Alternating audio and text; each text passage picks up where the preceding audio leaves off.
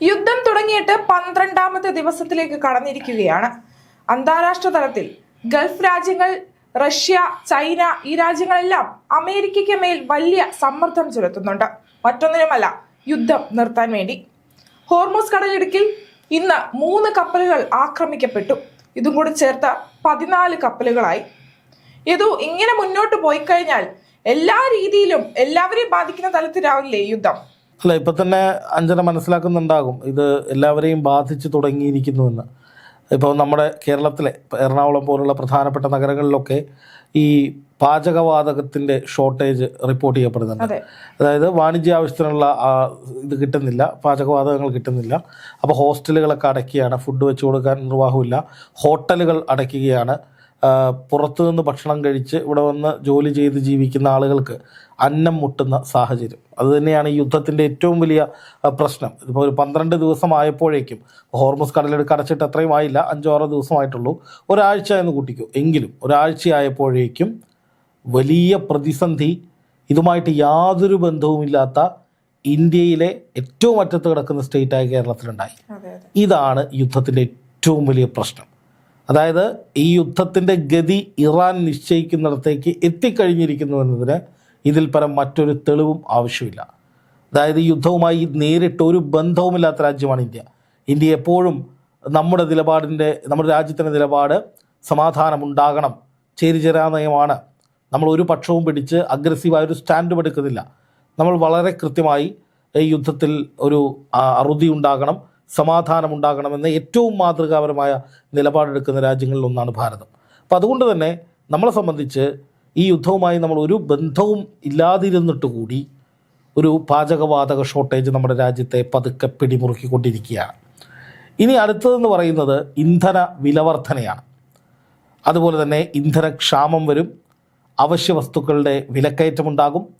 അങ്ങനെ വ്യാവസായിക മേഖലകൾ സ്തംഭിക്കും. അതുപോലെ തന്നെ അന്താരാഷ്ട്ര വിമാന സർവീസുകളൊക്കെ താളം തെറ്റുന്ന സാഹചര്യം ഉണ്ടായേക്കാം ഇനിയും ഇറാൻ ആക്രമണം കടുപ്പിച്ചാൽ.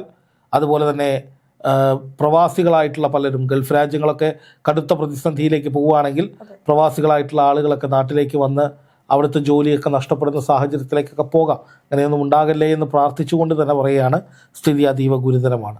അപ്പോഴും നമ്മൾ മനസ്സിലാക്കേണ്ട ഒരു കാര്യം, ഇതിലൊക്കെ ഉത്തരവാദികൾ ഇസ്രായേലും അമേരിക്കയും മാത്രമാണ്. ഇസ്രായേലും അമേരിക്കയും പറയാണ്, ഇറാൻ ഇങ്ങനെ ചെയ്തതുകൊണ്ടല്ലേ ഞങ്ങളിങ്ങനെ ചെയ്തത്. ഒരിക്കലും നിലനിൽക്കാത്ത വാദമാണത്. കാരണം ഇറാൻ അവരുടെ പരമാധികാരത്തിനുള്ളിൽ നിന്നുകൊണ്ട് ഒരു രാജ്യത്തിനുള്ളിൽ നടത്തുന്ന കാര്യങ്ങളെ അങ്ങോട്ട് കയറി ചെന്ന് ആക്രമിച്ചത് അമേരിക്കയും ഇസ്രായേലും തന്നെയാണ്. അതുകൊണ്ട് ലോകം നേരിടാൻ പോകുന്ന, അല്ലെങ്കിൽ ഇതോടകം നേരിട്ട് തുടങ്ങിയിരിക്കുന്ന ഈ ഗുരുതര പ്രതിസന്ധിക്ക് ഉത്തരം പറയാൻ ട്രംപും നെതന്യാഹുവും ബാധ്യസ്ഥരാണ്. ട്രംപിനും നെതന്യാഹുവിനും വേണ്ടി നിർത്താതെ മുറിവിളെ കൂട്ടുന്ന ഇവിടുത്തെ ചില മിത്രങ്ങളുണ്ട്. ഇവരും ഈ സാഹചര്യത്തിന് എന്താണ് മറുപടി എന്നുള്ളതൊന്ന് പറഞ്ഞു തന്നാൽ നന്നായിരുന്നു. എന്തായാലും ഇറാൻ അവരുടെ നിലപാട് കടുപ്പിച്ചുകൊണ്ട് ഒരു തരത്തിലുമുള്ള വിട്ടുവീഴ്ചയ്ക്ക് തയ്യാറല്ല എന്ന് പറഞ്ഞുകൊണ്ട് മുന്നോട്ട് പോകുന്തോറും യുദ്ധം നിർത്തണമെന്ന മുറവിളി ഈ ലോകത്തിൻ്റെ വിവിധ കോണുകളിൽ നിന്ന് ശക്തമാവുകയാണ്. അമേരിക്കയും ഇറാനുമൊക്കെ വിചാരിച്ചതുപോലെ അവരുടെ കയ്യിലേക്ക് യുദ്ധത്തിൻ്റെ കൺട്രോൾ വരും എന്നുള്ളത് തെറ്റിപ്പോയി. ഇറാൻ കരുതിയിടത്തേക്ക് യുദ്ധ സാഹചര്യം എത്തുകയാണ്. ഇറാൻ്റെ തീരുമാനത്തിന് ഗോൾഡൻ വാല്യൂ, അതായത് നമ്മൾ പറയില്ല $1 മില്യൺ ക്വസ്റ്റ്യൻ എന്നൊക്കെ പറയുന്ന പോലെ, ഇറാൻ്റെ ഒരൊറ്റ ഉത്തരം, $1 മില്യൺ ആൻസർ എന്ന നിലയിൽ ഈ യുദ്ധം നിർത്താൻ കഴിയുമോ ഇല്ലയോ എന്ന ചോദ്യത്തിന് ഇറാൻ എന്ത് പറയുന്നു എന്നതനുസരിച്ചായിരിക്കും ഇനിയുള്ള ലോകത്തിൻ്റെ ഭാവി എന്ന് പറയേണ്ട അവസ്ഥയിലേക്ക് കാര്യങ്ങൾ എത്തുകയാണ്. IRGC പറയുന്നുണ്ട്, നിങ്ങളല്ലേ തുടങ്ങി വെച്ചത്, അമേരിക്കയല്ലേ തുടങ്ങി വെച്ചതെന്ന്. അമേരിക്കയുടെ ടെക് സ്ഥാപനങ്ങളും ധനകാര്യ സ്ഥാപനങ്ങളും എല്ലാം ലക്ഷ്യം വെച്ച് ഇറാൻ IRGC ഇനിയിപ്പോൾ യുദ്ധം പ്രഖ്യാപിക്കുകയാണ്. അല്ല, ഇറാൻ നേരത്തെ തന്നെ അമേരിക്കയ്ക്കും ഇസ്രായേലിനും പശ്ചിമേഷ്യയിലെ അവരുടെ പിന്തുടർച്ചക്കാർക്കും ഒക്കെ എതിരെ ആക്രമണം ഉണ്ടാകുമെന്ന് പ്രഖ്യാപിച്ചതാണ്. എന്ന് മാത്രമല്ല, ഇത്രയും ഗുരുതരമായൊരു സാഹചര്യത്തിലേക്ക് ഈ യുദ്ധാന്തരീക്ഷം പോകും എന്ന് ഏറ്റവും ആദ്യം മുന്നറിയിപ്പ് നൽകി. അതായത് അമേരിക്ക ഭീഷണി തുടങ്ങിയ കാലം മുതൽ തന്നെ യുദ്ധം തുടങ്ങിയാൽ സ്ഥിതിഗതികൾ അതീവ ഗുരുതരമായിരിക്കും, അത് താങ്ങാൻ കഴിയുന്നതിനും അപ്പുറമായിരിക്കുമെന്ന് നിരന്തരമായി മുന്നറിയിപ്പ് നൽകിക്കൊണ്ടിരുന്ന രാജ്യമാണ് ഇറാൻ.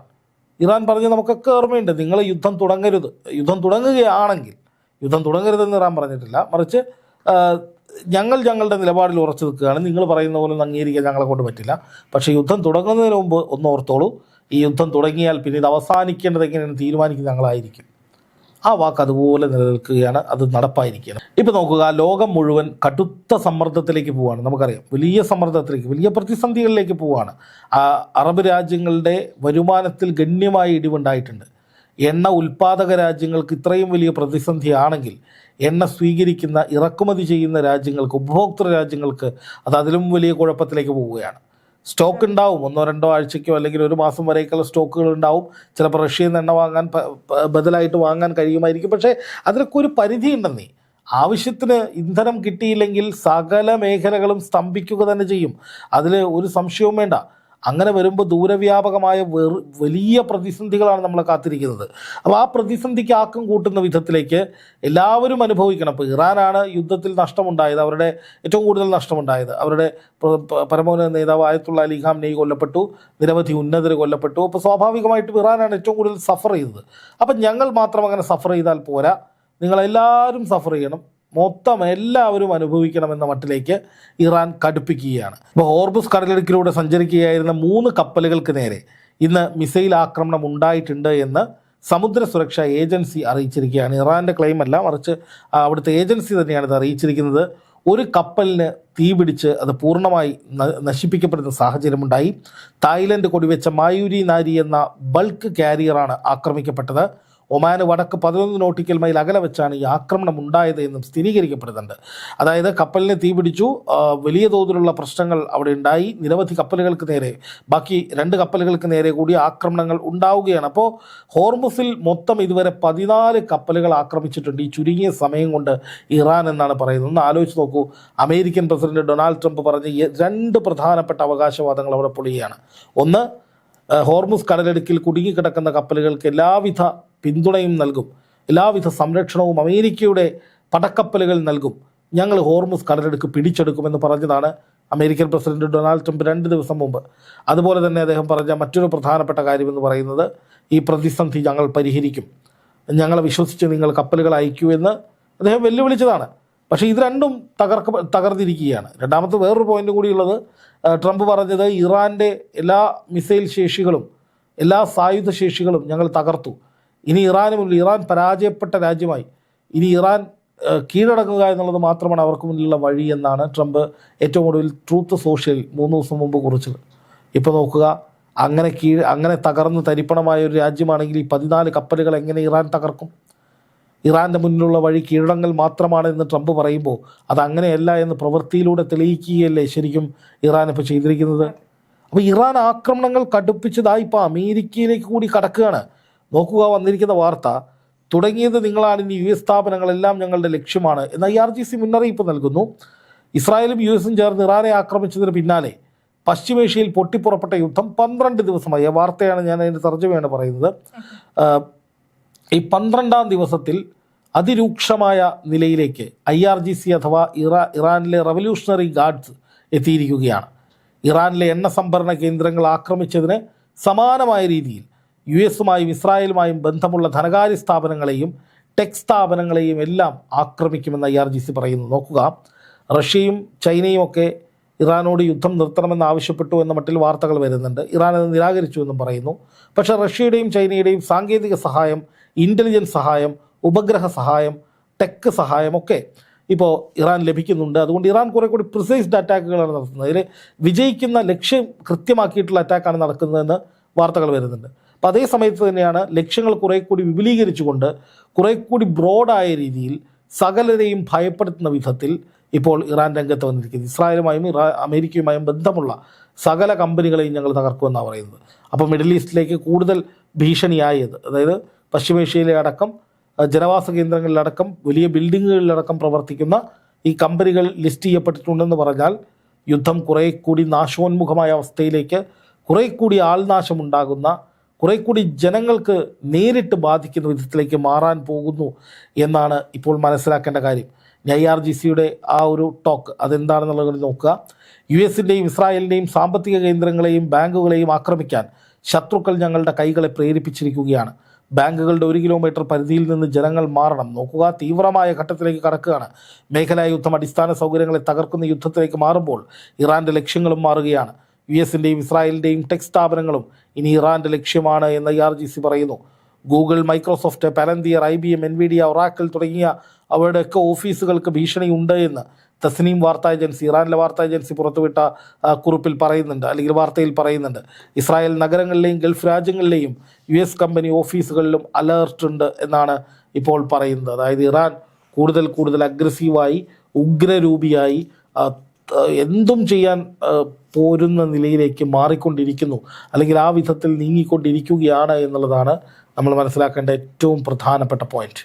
ഇറാൻ വളരെ ക്രൂക്കഡായി, അതേപോലെ പ്ലാൻഡ് ആയിട്ട് വളരെ വ്യാപ്തിയുള്ള യുദ്ധങ്ങളിലേക്ക് കടക്കുകയാണ്, അങ്ങനെ തന്നെ പറയാം അല്ലേ? തീർച്ചയായിട്ടും. അപ്പോൾ ഇതിൽ നമ്മൾ മനസ്സിലാക്കേണ്ട ഒരു കാര്യമെന്ന് പറയുന്നത്, ഇറാനെ സംബന്ധിച്ച് ഇനി മുന്നും പിന്നും അവർ നോക്കുന്നില്ല. അവർക്ക് ഒരു ഒത്തുതീർപ്പുകളിലും വിശ്വാസമില്ല, ഒരു ഒത്തുതീർപ്പുകളിലും ഒട്ട് താല്പര്യവുമില്ല. അല്ലെങ്കിലും തങ്ങളുടെ പറയുന്നുണ്ട് ചർച്ചകളെല്ലാം വെറുതെയാണ്, പാഴാണെന്ന്.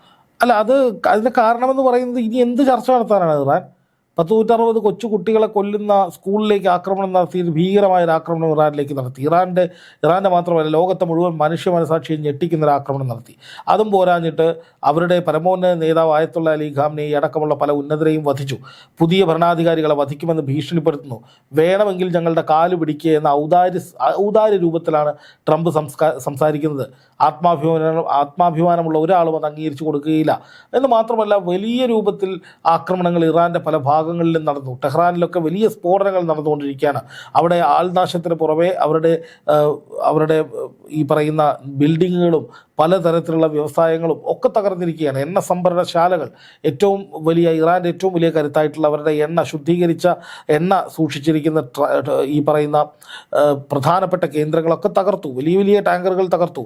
അവിടെ നിന്ന് ഓയിൽ ലീക്ക് ഉണ്ടായിട്ട് ആ കത്തിയ എണ്ണ നഗരങ്ങളെ വിഴുങ്ങുന്ന സാഹചര്യമുണ്ടായി. അപ്പോൾ അങ്ങനെയൊക്കെയുള്ള വലിയ പ്രഹരങ്ങൾ ഇറാന് കൊടുത്തിട്ട് ഒരു സുപ്രഭാതത്തിൽ ഞങ്ങൾ പറയുന്നത് പോലെ കേൾക്കൂ, കരാറിൽ ഒപ്പിടാന്ന് പറഞ്ഞാൽ ഇറാൻ സമ്മതിക്കുമോ? ഇത്രയും വലിയ നാശമുണ്ടായി, ഇനി എന്ത് നോക്കാൻ എന്ന മട്ടിലേക്ക് ഇറാൻ ആഞ്ഞടിക്കുകയാണ്. അപ്പോൾ അതിൻ്റെ ആഘാതം ഏറ്റുവാങ്ങുന്നത് പക്ഷേ അമേരിക്കയും ഇസ്രായേലും മാത്രമല്ല, ലോകം മുഴുവനുമാണ് എന്നുള്ളതാണ് ഇതിലേറ്റവും ഭയാനകമായിട്ടുള്ള വസ്തുത. ആ ദുരിതം ഏറ്റുവാങ്ങാൻ എല്ലാ രാജ്യങ്ങളും വിധിക്കപ്പെടുകയാണ്. ഈ യുദ്ധത്തെ മനസ്സുകൊണ്ട് പോലും പിന്തുണയ്ക്കാത്ത ഒരുപാട് ജനങ്ങൾ വലിയ ദുരിതത്തിലേക്ക് പോവുകയാണ്. അപ്പോൾ അതിനെ ഇറാൻ കാരണമാണ് ഇതൊക്കെ ഉണ്ടായത് എന്ന രീതിയിൽ പ്രചരിപ്പിക്കാനായിരിക്കും പാശ്ചാത്യ മാധ്യമങ്ങളും നമ്മുടെ മിത്രങ്ങളും ഈ ട്രംപും നെതന്യാഹുവും ഒക്കെ ശ്രമിക്കുക. പക്ഷെ അതങ്ങനെയല്ല എന്നുള്ളത് എല്ലാവരും മനസ്സിലാക്കണം. ഈ യുദ്ധം തുടങ്ങി വെച്ചത് അമേരിക്കയാണ്. അതിൻ്റെ മൂല കാരണമെന്ന് പറയുന്നത് ഇസ്രായേലാണ്. ഞങ്ങളെ ആക്രമിക്കാൻ ഇറാൻ വരുന്നേ എന്ന ഇസ്രായേലിൻ്റെ ഒരു ദുസ്വപ്നമാണ് ഈ പറയുന്ന എല്ലാ ദുരന്തത്തിൻ്റെയും അടിസ്ഥാനം. നമ്മളൊക്കെ ഇപ്പോൾ അനുഭവിച്ചു തുടങ്ങിയിരിക്കുന്ന, ഇനി അനുഭവിക്കാൻ പോകുന്ന ചെറിയ ദുരന്തത്തിൽ നിന്ന് കടുത്ത ദുരിതത്തിലേക്ക് നീങ്ങാൻ പോകുന്ന ആ ദിനങ്ങൾ, അത് അമേരിക്കയുടെയും ഇസ്രായേലിൻ്റെയും സ്പോൺസേഡ് ആയിട്ടുള്ള സാഹചര്യമാണ്, അല്ലെങ്കിൽ അവരുടെ സംഭാവനയാണ് എന്നുള്ള കാര്യം എല്ലാവരും മനസ്സിൽ വെക്കണമെന്ന് തന്നെയാണ് പറയാനുള്ളത്.